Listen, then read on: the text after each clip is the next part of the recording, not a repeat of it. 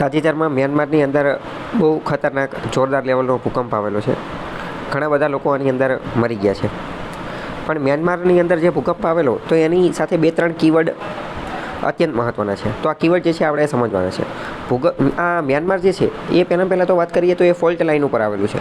Fault line એટલે શું? તો કે જ્યાં બે પ્લેટ ભેગી થતી હોય તો અહીંયા આ હલનચલન જે છે, પ્લેટનું હલનચલન એ સૌથી વધુ થતું હોય અને અહીંયા ભૂકંપ આવવાની શક્યતા સૌથી વધુ રહેતી હોય. બાકી ફોલ્ટ લાઇન જે છે ડિટેલમાં એ આપણે જિયોગ્રાફીના લેક્ચરમાં સમજી ગયા છે. આ મ્યાનમારની અંદરની જે આ જે પ્લેટ જે છે એનું ઇન્ડિયા સાથે પણ કનેક્શન છે, કારણ કે આ પ્લેટ જે છે ઇન્ડિયા સાથે પણ કનેક્ટેડ છે.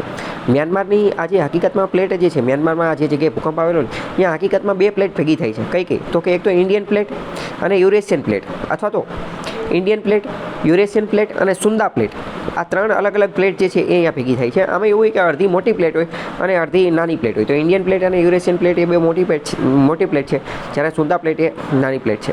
તો આજે અહીંયા ફોલ્ટ લાઈન આવેલી છે એના કારણે આ બધી વસ્તુ થયેલી છે. અને આ જે પ્લેટ જે છે એ કચ્છ સહિત ગુજરાતના બીજા અમુક જે જગ્યા જે છે એની સાથે પણ કનેક્ટેડ છે. તો આખો મુદ્દો છે તમને થોડી ઘણી ખ્યાલ હોવો જોઈએ. જો અહીં આપેલું છે કે મ્યાનમાર જે છે એ 4 ટેક્ટોનિક પ્લેટની વચ્ચે આવેલું છે. મ્યાનમારમાં અત્યારે જે ભૂકંપ આવેલો ને એ 4 ટેક્ટોનિક પ્લેટ એના મીટિંગ પોઈન્ટ, એના સંગમ બિંદુ ઉપર આવેલું છે. તો એક તો યુરેશિયન પ્લેટ, યુરેશિયન એટલે કે યુરોપ અને એશિયાની જે જોઈન્ટ પ્લેટ છે એ. બીજી ઇન્ડિયન પ્લેટ એટલે કે ભારતની ખુદની પ્લેટ છે. એક સુંદા પ્લેટ અને બર્માની માઇક્રો પ્લેટ્સ, આની જગ્યાએ આવેલું છે. આમાં યુરેશિયન અને ઇન્ડિયન એ બે મોટી પ્લેટ છે, જ્યારે સુંદા અને બર્માની જે પ્લેટ જે છે એ માઇક્રો પ્લેટ્સ છે, એટલે કે નાની પ્લેટ છે. તો એની અંદર આ આવેલું છે. અને આ પ્લેટ જે છે એ કીધું કે કચ્છ અને ગુજરાત સાથે પણ જોડાયેલી છે. તમને ખ્યાલ હોવો જોઈએ કે મ્યાનમારનું કેપિટલ કયું છે? તો નેપિદાવ નામની જગ્યા જે છે, નેપિદાવ નામની જગ્યા એ મ્યાનમારનું કેપિટલ છે. મ્યાનમાર જે છે એક બુદ્ધિસ્ટ દેશ છે. 90% લોકો જે છે એ બુદ્ધ ધર્મને જે છે એ ફોલો કરે છે. તો આ બધા પ્રશ્ન પૂછાઈ જતા હોય. અને અત્યંત મહત્ત્વનો કીવર્ડ જે આની સાથે જોડાયેલો છે આ મ્યાનમારના ધરતીકંપ સાથે, એ છે સાગાઈંગ ફોલ્ટ. કારણ કે મ્યાનમારની અંદર અત્યારે જે જગ્યાએ ધરતીકંપ આવ્યો એનું ફોકસ, એનું જે ભૂકંપ બિંદુ, નિર્ગમન પોઈન્ટ જે છે એ હતો સાગાઈંગ ફોલ્ટ. આનું જો ઉદ્ગમ સ્થાન હોય ને તો એ હતું સાગાઈંગ ફોલ્ટ. સાગાઈંગ ફોલ્ટ નામની જગ્યા હતી, ત્યાંથી તો આ ભૂકંપ જે છે એનો ઉદ્ભવ થયેલો હતો. સાગાઈંગ ફોલ્ટ જે છે એ મોસ્ટ એક્ટિવ છે એવું કહી શકાય, એ સૌથી વધુ સક્રિય છે એવું કહી શકાય. કારણ કે 1900થી તે અત્યાર સુધીમાં અહીંયા 6 થી 8ની તીવ્રતાના ઘણા બધા ભૂકંપ જે છે અહીંયા આવી ગયા છે. અવારનવાર ભૂકંપ આવતા હોય છે. અને એવું કહે છે કે આ સાગાઈંગ ફોલ્ટના કારણે ચાઇનાની અંદર પણ વધુ ભૂકંપ જે છે એ આવવાની શક્યતા રહેલી છે.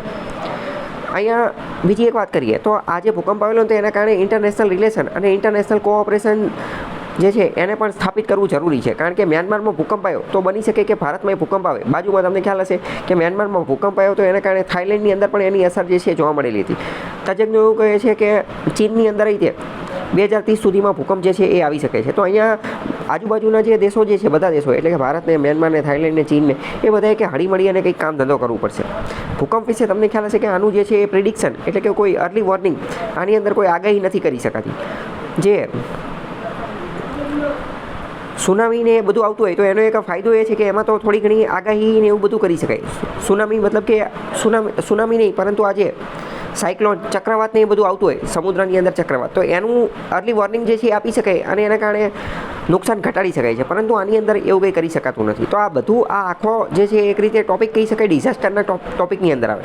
અને ડિઝાસ્ટરથી બચવા માટે તમને એક બીજું ડિઝાસ્ટર ગમે ત્યારે આવે તો તમને ખ્યાલ હોવો જોઈએ કે જાપાનની અંદર એક શહેર આવેલું છે સેન્ડાઈ, અને સેન્ડાઈની અંદર વિશ્વના બધા દેશો ભેગા થયા હતા અને કીધું હતું કે સેન્ડાઈ ફ્રેમવર્ક જે છે બનાવેલું. તો આ સેન્ડાઈ ફ્રેમવર્ક શું છે? તો સેન્ડાઈ ફ્રેમવર્ક એવું કહે છે કે જે કોઈ પણ બિલ્ડિંગ બનાવો, આ બિલ્ડિંગ જે છે એ કેવી હોવી જોઈએ? તો કે આ બિલ્ડિંગ જે છે એ નેચરલ કેલામિટી, કુદરતી આપત્તિ જે હોય ને એને ધ્યાને રાખીને બનાવવી જોઈએ. એટલે કે અર્થક્વેક પ્રૂફ બનાવવી જોઈએ. અર્થક્વેક, ધરતીકંપ જે છે એનો સામનો કરી શકે, વ્યવસ્થિત રહી શકે એવી બિલ્ડિંગો જે છે બનાવવી જોઈએ. આની માટેના બિલ્ડિંગ કોડ જે છે, બિલ્ડિંગ કોડ એ પણ રજૂ કરવામાં આવેલા છે. તો એક તો અત્યંત મહત્ત્વનો કીવર્ડ થઈ ગયો કે સેન્ડાઈ ફ્રેમવર્ક કોની સાથે જોડાયેલો છે, સેન્ડાઈ ક્યાં આવેલું છે? તો કે જાપાનની અંદર સેન્ડાઈ ફ્રેમવર્ક આ ડિઝાસ્ટર માટે જ છે. અને બીજો છે આ સાગાઈંગ ફોલ્ટ. સાગાઈંગ ફોલ્ટ ક્યાં છે તો કે મ્યાનમારની અંદર, અને આ ભૂકંપ પાછળ સાગાઈંગ ફોલ્ટ જે છે એ જ જવાબદાર હતું. ભૂકંપનું કેન્દ્રબિંદુ મ્યાનમારના સાગાઈંગ જે છે એ મ્યાનમારની એક જગ્યા પણ છે. મ્યાનમારની એક જગ્યા છે ત્યાં એની 18 કિલોમીટર દૂર જે છે એ દક્ષિણમાં હતું. તો સાગાઈંગ ફોલ્ટ અત્યંત મહત્વનો કીવર્ડ છે, એમાંથી ક્વેશ્ચન જે છે પૂછાઈ જશે. સાગાઈંગ જો અહીંયા મેપની અંદર, નકશાની અંદર પણ જોઈ શકો છો, આ આખું અહીંયા ભારત છે, એની બાજુમાં બાંગ્લાદેશ, અહીંયા મ્યાનમાર, અને આ સાગાઈંગ ફોલ્ટ જે છે એ જોઈ શકાય છે. જો આપેલું છે કે સાગાઈંગ જે છે એ ઇન્ડિયન પ્લેટ અને યુરેશિયન પ્લેટની વચ્ચે આવેલું છે. ઇન્ડિયન પ્લેટ અને યુરેશિયન પ્લેટ, આ બે મોટી મોટી પ્લેટના નામ જ લખેલા છે, બરાબર. અને અહીંયા વારંવાર ધરતીકંપ જે છે આવતા હોય છે. આ ઉપરાંત અહીંયા સુંદા અને બર્મા નામની માઇક્રોપ્લેટ્સ, નાની નાની પ્લેટ જે છે એ પણ આવેલી છે. બીજી મોસ્ટ ઇમ્પોર્ટન્ટ વાત કરીએ તો જે આ સાગાઈંગ પોઈન્ટ જે છે, સાગાઈંગ પોઈન્ટ અથવા સાગાઈંગ ફોલ્ટ, અને આ આખી જે ફોલ્ટ લાઈન જે છે, આ ફોલ્ટ લાઈન એ આગળ જતાં અંદમાન નિકોબાર સુધી પણ વિસ્તરેલી છે. મ્યાનમારની આખી ફોલ્ટ લાઈન એ અંદમાન નિકોબાર સુધી પણ વિસ્તરેલી છે. અને એટલે જ તમને ખ્યાલ હશે કે અંદમાન નિકોબાર જે છે ત્યાં પણ ભૂકંપ આવતા હોય છે. અને અંદમાન નિકોબાર જે છે એ ઝોન 5ની અંદર આવે છે. એ કોની અંદર આવે છે? એ ઝોન 5ની અંદર આવે છે. અહીંયા તમે બીજી પણ અમુક પ્લેટ જે છે એ જોઈ શકો છો, અને બીજા પણ અમુક ફોલ્ટ લાઈન જે છે જોઈ શકો છો. આ છે ઇન્ડિયન પ્લેટ, બરાબર. આ બાજુ જે છે એ યુરેશિયન પ્લેટ ને એ બધી છે. અત્યારે જે આ સાગાઈંગ ફોલ્ટ જે છે એ અહીંયા આવેલી છે. જો આ બર્માની નાનો માઇક્રો પ્લેટ જે છે એ પણ જોવા મળે છે, બરાબર. આ તિબેટિયન પ્લેટો ને એ બધું. કારાકોરમ ફોલ્ટ, આ કારાકોરમ ફોલ્ટ જે છે એ હિમાલયની આજુબાજુ વિસ્તાર જે છે એ અહીંયા એના કારણે ભૂકંપ આવતો હોય છે. આ waste Kunlun fault, Kunlun fault કયો તો કે હિમાલય અને હિમાલયની બાજુમાં તે કુનલુનની પર્વતમાળા આવેલી છે, બરાબર. તો આ બધી અલગ અલગ ફોલ્ટ લાઈન છે, અહીંયા પણ ભૂકંપ એવું બધું આવતો હોય છે. તો આ બધા સાગાઈંગ ફોલ્ટ, આ કીવર્ડના આધારે અમુક ક્વેશ્ચન પૂછાઈ શકે.